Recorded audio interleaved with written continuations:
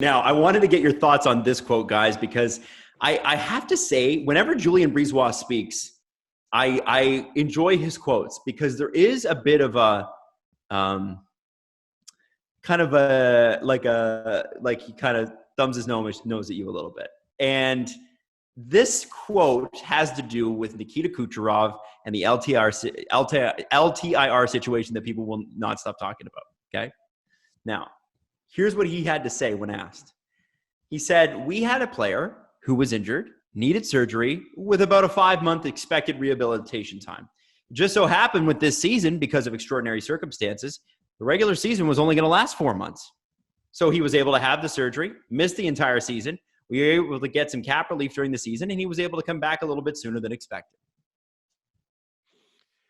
So what's funny about this is he probably would have got the surgery much sooner had they not won the Stanley Cup. Right.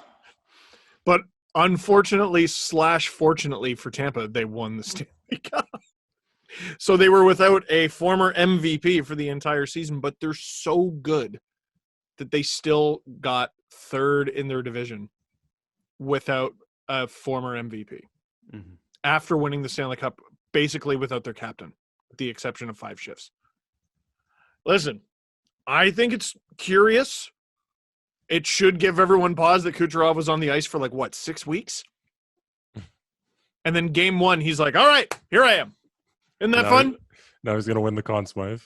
And now he's literally the front runner for the Conn Smythe. Is he good at hockey? He's a little bit good at hockey. But I don't know. Who? Pick a team. Why don't you pick a team? Just pick a team. Minnesota. So we're going to put Kirill Kaprizov on LTIR this season.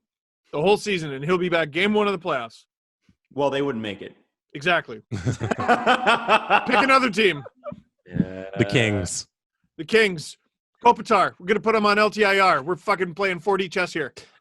But they don't make it. The advantage of putting them on LTIR means you can go out and get someone else to fill the slot. Or keep the guys you have. And if you remember, in November, we were talking about what are they going to do with Cernak and Johnson, and how are they going to re-sign? Who was it they needed to get? They had to re-sign Braden Point last year, right? Yeah, year before. Oh, they're I want to say Sergachev? It was crazy. It's unfathomable they lost no one. Yeah, because they have an extra $18 million to keep guys. That's what happened. They lucked out with Kucherov, and they have an extra $18 million. But you know what? Kucherov's only half of that. Oh, yeah. Without Kucherov, they still would have been top 3, I'm pretty sure. They've got the injury allowed the Lightning to place Kucherov on long-term injury reserve, combined with the LTIR contracts from Marian Gaborik and Anders Nilsson. They have Gaborik's 5-something, right? Nilsson? I know, and Gaborik, the last time I checked, was in Ottawa. I forgot they traded his contract to Tampa. That was that weird trade at the beginning of the year. And listen, they're exploiting a system that many teams have exploited. The Leafs have exploited many, many times in many, many ways. And they're doing it the best. They're doing it the best. There's got to be something.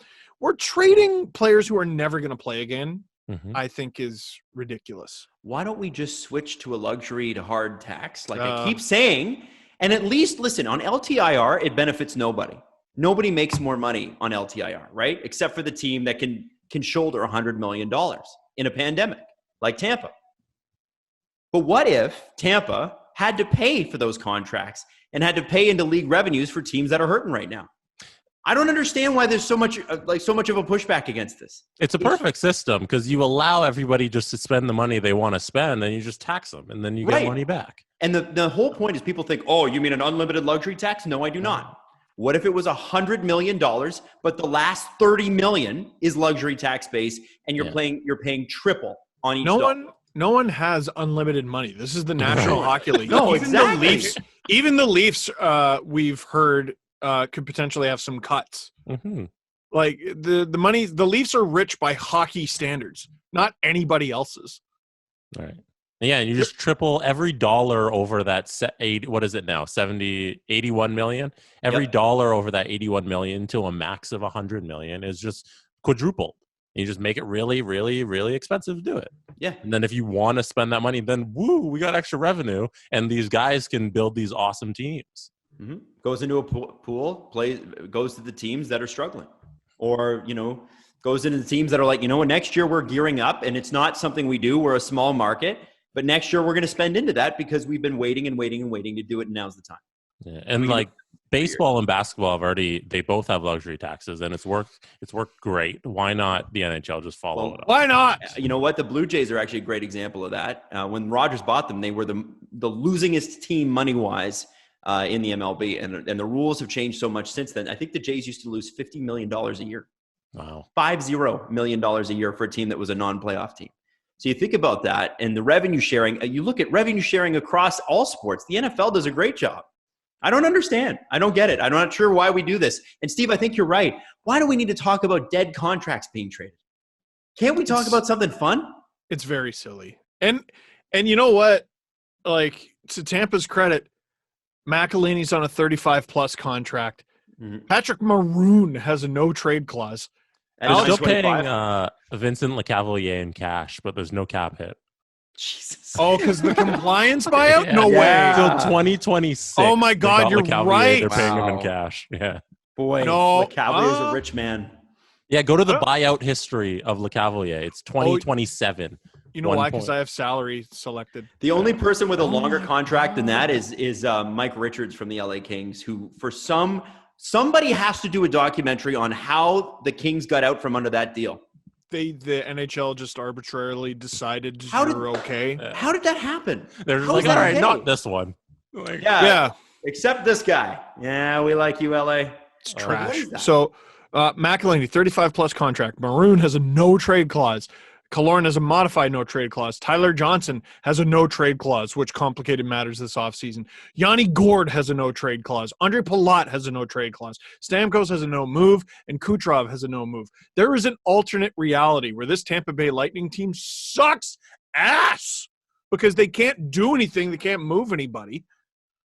But we live in we watch the least creative league in the world in professional sports. We watch them get their head dunked in a toilet by this team that is so unbelievably handcuffed. Like we talk about all the advantages that Tampa has. Look at the restrictions they've put on themselves, and they're rocking it. I don't know. Yeah, I think the league should be asking themselves why they're getting their show run by this team. Steven, they should be. Oh, they my God. Adam, you cannot trade half the damn team. Yes, you can. You literally can't. Why not?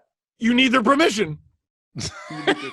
That's true. And so you can't do it. So what would they do? What happens, by the way, I guess Tampa could, in an alternate reality, let's say everybody says, no, fuck off, we're not getting traded.